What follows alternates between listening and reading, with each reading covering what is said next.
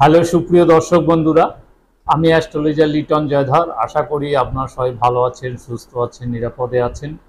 আর আপনারা ভালো থাকেন, সুস্থ থাকেন, নিরাপদে থাকেন এই কামনাই করি। তো আজকে আপনাদের সাথে যে বিষয় নিয়ে কথা বলবো সেটি হচ্ছে হস্তরেখা বিচার প্লাস পুষ্টি বিচার। এই দুটির ভিতর কোনটি সঠিক এবং কোনটি করলে মানুষের সঠিক বিচারটা পেতে পারে। কারণ আমরা হস্তরেখা বিচারও করি, আবার পুষ্টি বিচারও করি। এখন এই বিচার পদ্ধতি কোনটা সঠিক এবং কোনটা থেকে আপনি ভালো রেজাল্ট পাবেন? কারণ বেশিরভাগ জ্যোতিষীরা হস্তরেখা বিচার করে, আবার পুষ্টি বিচার করে, এবং জ্যোতিষের আরো অনেক প্রসেস রয়েছে, সংখ্যাতত্ত্ব রয়েছে।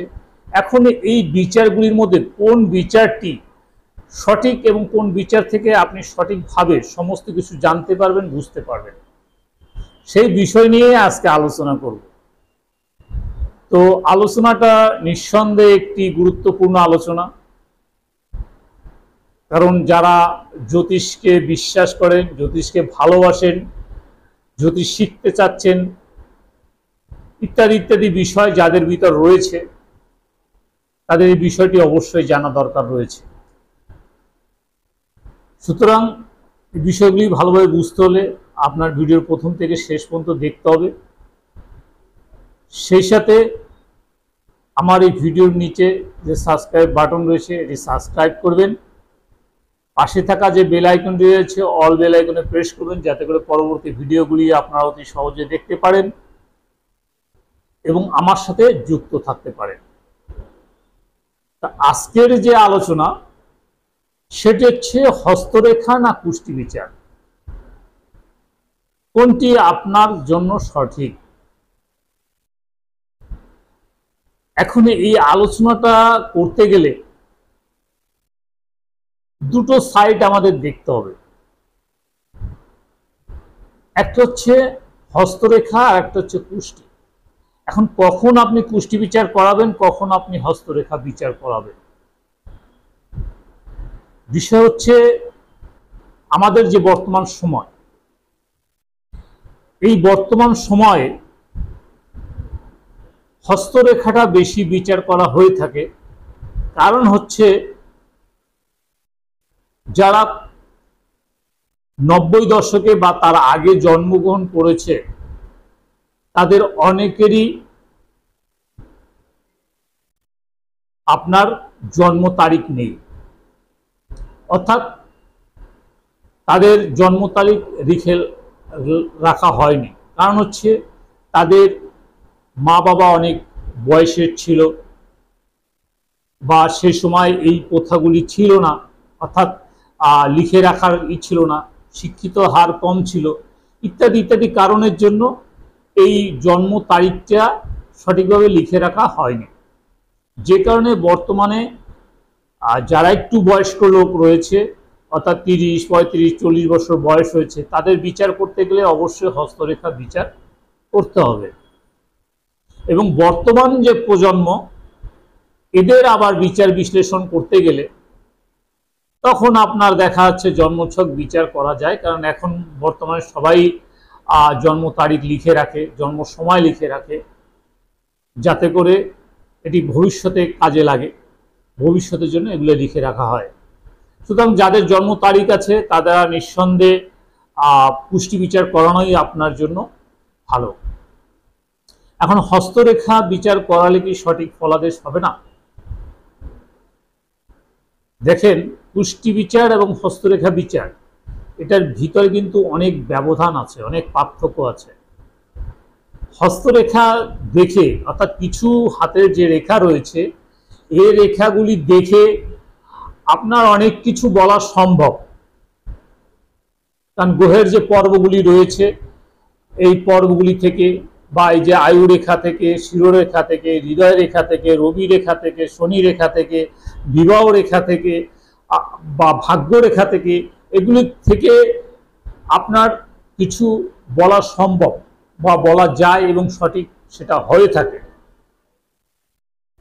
কিন্তু হাত দেখে আপনার পুঙ্খানু রূপে বলা সম্ভব না।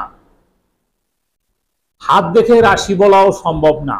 অনেকে হাত দেখে রাশি বলে, আবার ফেস দেখে রাশি বলে, রাশি অনেক সময় বলে, কিন্তু আসলে সেটা কতটুকু সত্য এবং কতটুকু 100% হবে এটি কিন্তু সন্দেহ থেকে যায়। সুতরাং হাত দেখে রাশি বলা সম্ভব হয় না। বা আপনার যে বর্তমানে কি ঘটতে পারে বা কি হচ্ছে এগুলো কিন্তু অনেক সময় বলা সম্ভব হয় না, কারণ আপনার হাতে সে ধরনের রেখা নেই বা সে ধরনের বিচার করা খুব কঠিন বিষয়। হয়তো বা 2-4 জন পারতে পারে, যারা হস্তরেখা বিশেষজ্ঞ তারা হয়তো বলতে পারে, কিন্তু বেশিরভাগ মানুষই কিন্তু এগুলি বলা সম্ভব না, খুঁটিনাটি বলা সম্ভব না, যে আজকের দিনে আপনার কি ঘটবে সেটিও বলা সম্ভব না হস্তরেখা দেখে। সুতরাং হস্তরেখা দেখে আপনার প্রাথমিক কিছু ধারণা, প্রাথমিক কিছু বলা সম্ভব, কিন্তু পুঙ্খানুরূপে বিচার করা সম্ভব না। যদি কুষ্টি বিচার করা হয়, এই কুষ্টি বিচার করতে গেলে আপনার একটি জন্ম তারিখ লাগবে, জন্ম সময় লাগবে। আর এটি যদি থাকে তাহলে অবশ্যই আপনার জন্ম সময়কে পুঙ্খানুপুঙ্খানুভাবে বিচার বিশ্লেষণ করা সম্ভব। কারণ আপনার একটি লগ্ন থাকবে, আপনার একটি রাশি থাকবে এবং গ্রহগুলোর অবস্থা আপনার দেখা যাবে, যে আপনি যে সময় জন্মগ্রহণ করেছেন সেই সময়ের আকাশে অবস্থা কি ছিল, অর্থাৎ সূর্য, চন্দ্র, গ্রহ, নক্ষত্রগুলি কি পজিশনে ছিল সেটি দেখা সম্ভব। আর সেটি দেখে আপনার জীবনে কি ঘটতে পারে বা কি ঘটেছে বা কি হচ্ছে সমস্ত কিছুই বলা সম্ভব। অর্থাৎ আপনার প্রতিদিনের আপডেট, প্রতি ঘন্টার আপডেটও দেওয়া যায়, যদি জন্ম ছক আপনার থেকে থাকে বা কুষ্টি থেকে থাকে বা জন্ম তারিখ থেকে থাকে। এটি হচ্ছে আপনার হস্তরেখা এবং কুষ্টি বিচারের ভিতরে পার্থক্য। কারণ কুষ্টি বিচার যদি কেউ করতে পারে তাহলে কুষ্টি বিচারের উপরে কোনো ফলাদেশ নেই। আর কুষ্টি বিচারও কিন্তু আবার 2 ধরনের রয়েছে, একটা হচ্ছে বৈদিক কুষ্টি বিচার, আবার রয়েছে আপনার কৃষ্ণমূর্তি পদ্ধতি, যেটি থেকেও জন্মছক বিচার করা হয়। এই কৃষ্ণমূর্তি পদ্ধতি কিন্তু আরো কঠিন এবং আরো পুঙ্খানুপুঙ্খানুভাবে বলা সম্ভব। কারণ যেখানে বৈদিক জ্যোতিষে আপনার 12টি লগ্ন রয়েছে, সেখানে কৃষ্ণমূর্তি পদ্ধতিতে 249টি লগ্ন রয়েছে। কোথায় 12টি আর কোথায় 249টি। তাহলে চিন্তা করেন যে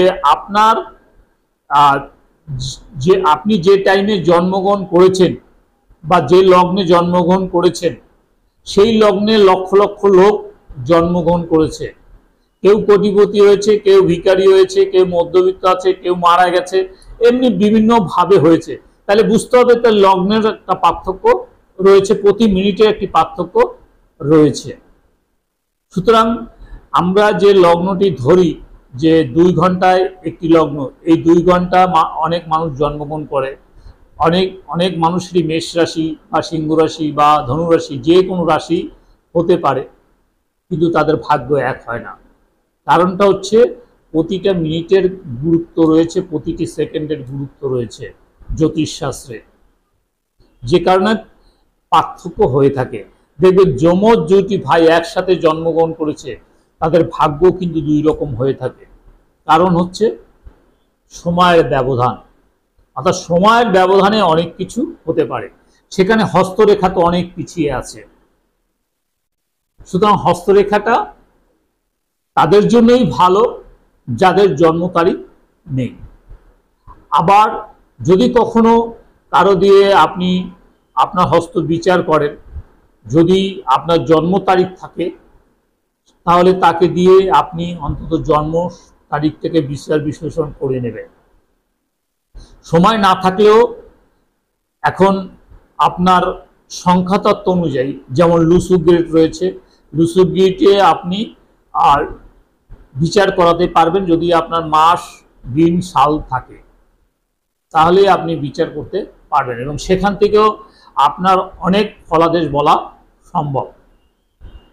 সুতরাং এই যে বিচার পদ্ধতি, এই বিচার পদ্ধতিগুলি আপনার জানতে হবে এবং সেই অনুযায়ী বিচার করতে হবে। শুধু হস্তরেখা বিচার করে কিন্তু আসলে ভালো ফল পাওয়া যায় না। সবচেয়ে বড় কথা হচ্ছে আপনার রেমেডির ব্যাপারে। এই রেমেডি করতে গেলে আপনার অনেক সময় হস্তরেখায় ভুল হয়, কিন্তু জন্মছকে আপনার ভুল হওয়ার সম্ভাবনা কম থাকে যদি সে পুষ্টি বিচার সম্পর্কে অভিজ্ঞ হয় এবং রত্ন পাথরের উপরে সে অভিজ্ঞ হয়ে থাকে।